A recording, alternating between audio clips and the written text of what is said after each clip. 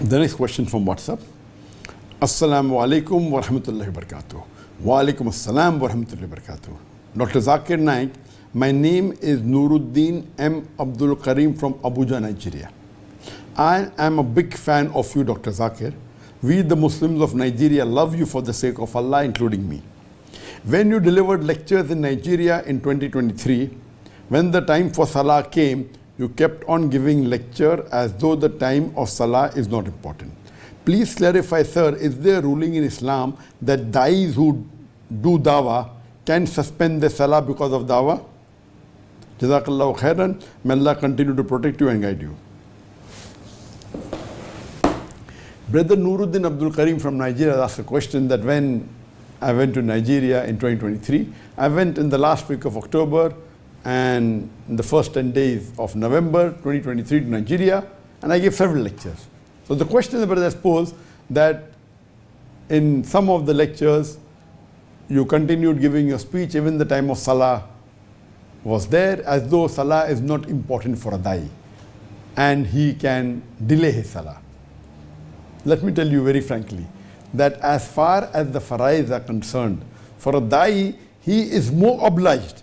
It is more requirement for him to fulfill the farz than the other normal Muslim because he is a da'i. As far as Salah is concerned, there is no excuse that the da'i should delay his Salah or should, unless it's a sunnah which I'll come to later on. So let me tell you that as far as the farz and the sunnah are concerned, a da'i is supposed to be more strict in his farz and his sunnah as compared to a normal Muslim because he is the representative of Islam. So, what did the beloved Prophet Muhammad said? So, I do not know what lecture the person is talking about Nigeria. I give several lectures, but let me tell you a general ruling. In India, in Bombay, we prefer having a talk in the evening. So, we normally used to start the talk immediately after Maghrib Salah. And we used to continue the talk even during the time of Isha. And after the talk is over, because there's the deadline in India, especially in Bombay, that you should end the program by 10 o'clock. So if we start immediately after Maghrib, sometime it's 7 o'clock, sometime early, sometime later. So we hardly have 3 hours. So when we start immediately after Maghrib and we continue even though the adhan for Isha takes place, because there's a hadith of the Prophet ﷺ that you should hasten when the time for Salah comes, you should hasten in offering the Salah. That means offering Salah in the awwal waqt. In the early part of the Salah, timing is preferable, is sunnah, except the Isha Salah.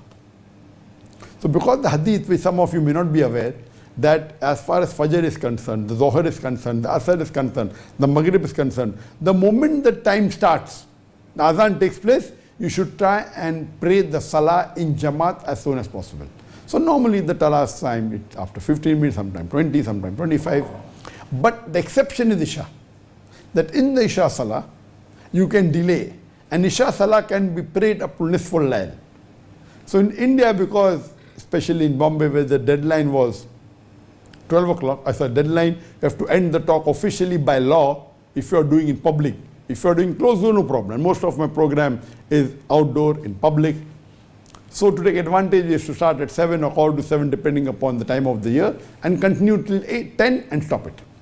And we have to delay the Salah, Isha Salah, because it is preferable to delay Isha Salah. And when the gathering is 50,000, 100,000, 200,000, but natural, the Jamaat, if not all, even if 50% praise or 25% praise, the Jamaat is very big. So bigger the Jamaat, the better. So if you avoid praying in the mosque which may have 2,000, 3,000 and pray in 10,000, 50,000. It's preferable. So that was the policy. But in Malaysia, there is no deadline that if you have a lecture in the open. I remember when I had a talk in Kuala Lumpur. We started immediately after Isha. Before Isha somebody else spoke. And we continued till late night till early morning 3:30. It was the longest talk in my history in a public gathering, where it went on from 8:30 it started and continued till 3 o'clock or 3:30. So imagine it went on for about 6.5 hours or 7 hours. The talk was, is the Quran God's word? The talk itself was very long, about 2.5 hours, and the question and answer session went on. Early morning, so there's no restriction. And here, of course, people prefer, being Shafi, they prefer praying early. So we pray. So depending upon the society, depending upon the locality, we ask the organizers and do things. So generally, if I delay the salah of Isha, it is sunnah. It is preferable. So if you ask me, you as a dai are delaying the salah, yes, because it's sunnah of the Prophet. Not as me, even you can delay, but that's Isha salah. You should not delay any other salah. But I do remember, in Nigeria there was a program that we were supposed to start in the morning, 9 o'clock, and because of technical error, it started 1 hour late. And the time continued. And that time, I think it was in Abuja, the gathering was more than 30,000 people. And the salah of Zohar was there, so the organizers told me to continue because we started late. And they said, no problem, we'll pray in Jamaat. So I made it a point to announce there that inshallah we will continue the program with the question and answer session. And after the question and answer session, we'll pray in Jamaat the Zohar salah. So when I made an announcement, and if you delay the salah and see to it that the gathering is big, 30,000 are there, even if half pray 15,000, it's very big. So there's no problem. If you're delaying the salah and seeing to it that after the event, the gathering is going to be bigger than normal, then there's no problem. But generally, you should not delay. But if you're having a gathering, and if everyone is willing that you can delay and have a bigger gathering, there is no problem at all. But generally, you should not delay. So, I'm not aware which talk you're talking about, especially if you're talking about Abuja. So this was the reason, because it started late.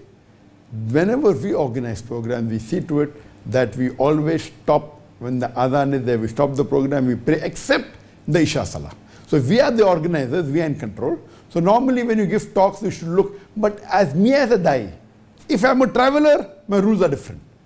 If I'm a traveler, I can join my Zohar and Asr together. So from the time of Zohar Azan to just before Maghrib Azan, I can pray my Zohar and Asr.